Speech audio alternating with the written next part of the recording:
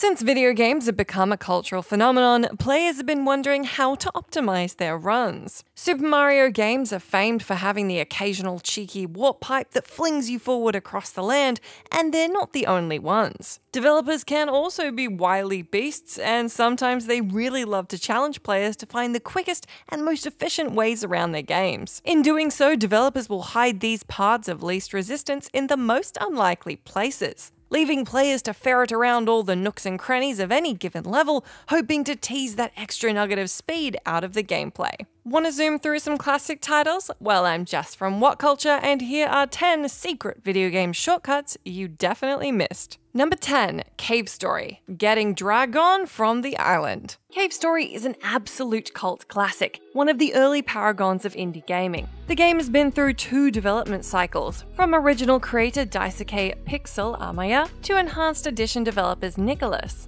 The story, one about loss, reclamation, and the encroaching terror of environmental destruction, rings close to home to many, especially in the current moment. One thing that separates Cave Story from other games that tangle with this theme is it gives players the dangerously tempting option to just not engage. We've all felt that at one point, the desire to pull back and just not think about the terrible things around us. In Cave Story, you're presented a choice after rescuing the sky dragon Kazuma. This dragon offers you an early reprieve. You can choose to not stop the maniacal scientist threatening the innocent and very cute rabbit-like Mimiga. If you select this dialogue choice, one running counter to the very premise of games like this, the dragon flies you away to the mountains and the game ends, dooming those you are meant to save. Harsh. Number 9. South Park Stick of Truth. Refuse to listen to Cartman.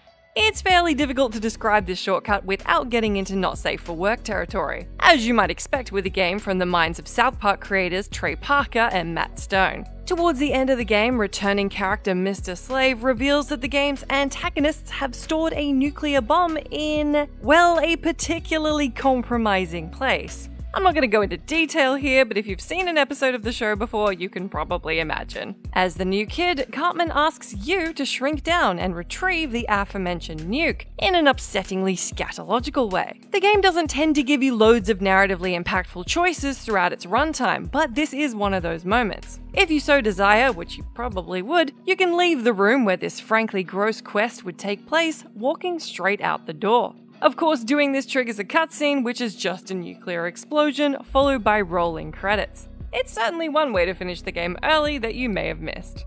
Number 8. Dark Souls, Agent of Chaos. Ever wanted to skip the worst boss in a Dark Souls game? Well, in the first installment of the series, you can. While this shortcut does allow you early access to the area where you'll find the Bed of Chaos, a notoriously frustrating confrontation, it does have a silver lining. That upside is the only opportunity you have to save fan-favorite NPC Solaire. Praise the sun. Solaire's tragic story has him driven mad by parasitic sunlight maggots that latch onto him. You find Solaire in this sorry state at the end of a long, winding passageway of twisted wooded stone in what seems to be a dead end. To stop this and skip to an endgame earlier, you need to meet the Fair Lady. She can be found by rolling through an invisible wall after beating the uncomfortably underdressed spider lady Quelaag. You can only talk to her if you chose the Witch's Ring as your starting item, and she reveals part of her tragic tale and allows you to join the Chaos Servant Covenant. Donating 30 of your humanity resources to her means she will open the pathway from Quelaag's lair. This is the dead end discussed earlier, complete with waiting maggots. Not only can you get to Lost Izalith early, you can also save Knight Solaire. This lets you bring him into the game's final boss, making it a bit easier and completing what creator Miyazaki sees as the game's only happy ending. Number 7. Minecraft. Get to the Nether with no diamonds. The progression in Minecraft is pretty straightforward. You start in a mud hut with wooden tools, then you get stone equipment and get slaughtered by skeleton archers at night. Eventually you work your way up to diamond equipment, you mine some obsidian, and build what can only be described as a pixelated Stargate to leap into hell. Sequences like this are built by developers to allow for a measured, balanced progression throughout games. The same is true for Minecraft. Normally you'd need to have diamond gear by the time you reach the Nether, meaning you risk losing precious equipment but are nicely cushioned in the game's most powerful armor. As you'll see with a lot of games on this list, however, sequences are meant to be broken. If you don't have the patience to mine for hours to get the diamond tools and precious obsidian needed to build the portal, you can basically skip that entire part. Obsidian is encountered underground, where deadly molten lava meets water. So if you want to skip the grind, you can scour the overworld for two things: pools of water and lava. Once you find these, you can bucket them, even generating an infinite water source with crafty block placement. You need at least 10 buckets of lava and the same of water. If you construct a frame with some swift placement of water on lava, you can artificially form the obsidian, no mining required, getting you straight into the nether. Number 6. Bloodborne. Not so Forbidden Woods.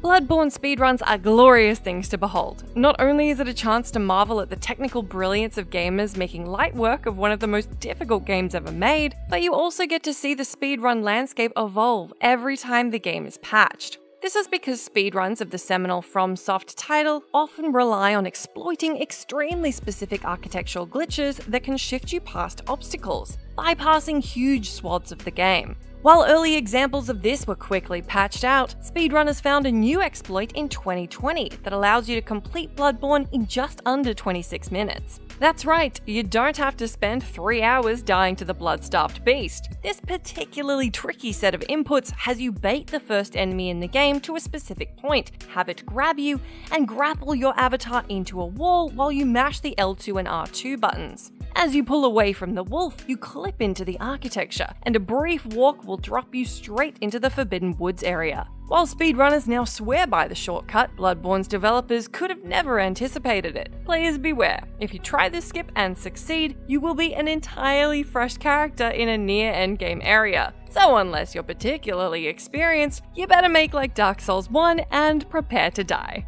Number 5. Serious Sam 3. Sneak through a whole level. Serious Sam 3 is not a game that the word sneak is normally used to describe. Developed by Crow Team and published by Devolver Digital, this revival of the hyper-violent, characteristically unserious shooter series is certainly not focused on stealth. Your normal approach in this game would involve copious amounts of gunfire-induced chaos and large explosions. There is one level that lets you subvert this design philosophy though. The Silent Riddler is a level set among a vast desert plain, having you hop through the ruins of an archaeological dig site after fighting your way through an aggressive settlement. Or if you're not interested in fighting the incoming assailants, you can quietly move around the outskirts of the town. Then you're able to clip into the geometry of the archaeological ruins' outer walls. This allows for Sam to perform some bizarre half-submerged wall-top run across the rest of the level, meaning you don't need to fire a single shot. Serious business. Number 4. The Stanley Parable. Close the door.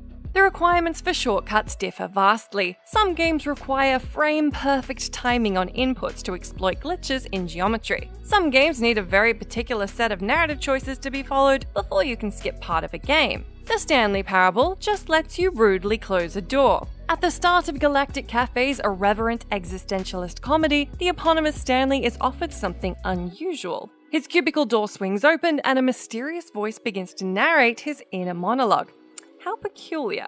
This game has a multitude of weird and zany endings. You get one of them, entitled Go Outside, by not playing the game for 5 years. You get a little Steam achievement letting you know you succeeded. That reminds me I should really check for that on my Steam. But the quickest ending you can possibly get, and the ultimate shortcut in the Stanley Parable, is something you might not have thought to do. As the door opens and a strangely condescending narration bears down upon Stanley, you can have him shut the door, returning back to his work. Call to adventure? No thanks. There are buttons to press on Stanley's computer. Far more important. Number 3. Dark Souls 2. Rotten Buying Practices. Once again, we return to the Soulsborne speedrunning community for our next shortcut. While you may not have missed the massive door at the Shrine of Winter that you return to late game, once it's opened, you can continue to Dark Souls 2's endgame proper. The prompt that appears tells you that you need 4 Great Souls, read beat the game's main bosses, or an extortionately huge number of regular souls, the game's expendable currency, to unlock it. That is an amount to the tune of 1 million souls. This obviously seems a monumental task, so Dark Souls 2 speedrunners would normally find a multitude of different glitches to get them to each Lord Soul quicker.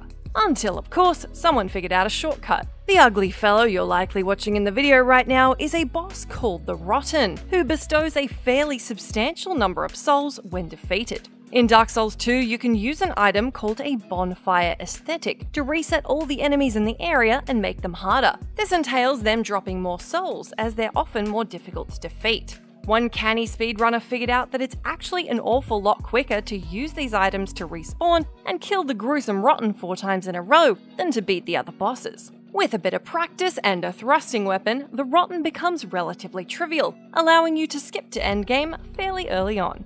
Number 2. Far Cry 4 – Wait for Pagan. At the beginning of Far Cry 4, iconic antagonist Pagan Min offers you a choice. The game is about your protagonist's quest to return their mother's ashes to their rightful place in Kyrat, a fictional Thailand stand-in. Negotiating with Min is the first obstacle in this, and when it seems fruitless, you turn to the cavalcade of violence that is the rest of the game.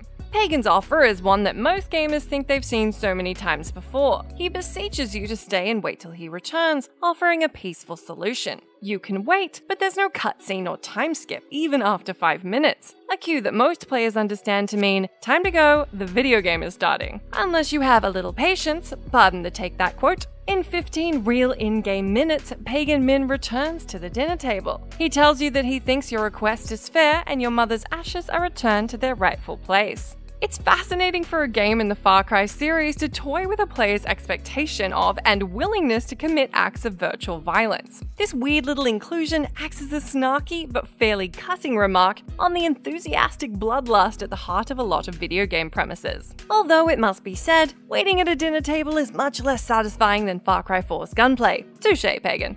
Number 1. Mario Kart 64 – Rainbow Off-Road.